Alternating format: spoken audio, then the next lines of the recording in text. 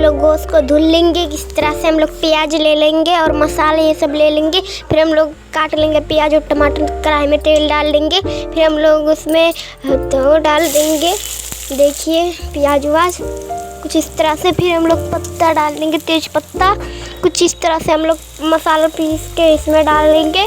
देखिए कुछ इस तरह से हम लोग पकाते रहेंगे, मिक्स करेंगे। फिर हम लोग अपना चिकन डाल देंगे कुछ इस तरह से। फिर मसाला डाल देंगे गोल्डी कुछ इस तरह से। फिर नमक डाल देंगे, फिर पानी डाल देंगे। देखिए फिर हम पका के मिक्स कर लेंगे। देखिए फिर हम लोग का बन गया। तो तक लाइक सब्सक्राइब करें। मिलते हैं नेक्स्ट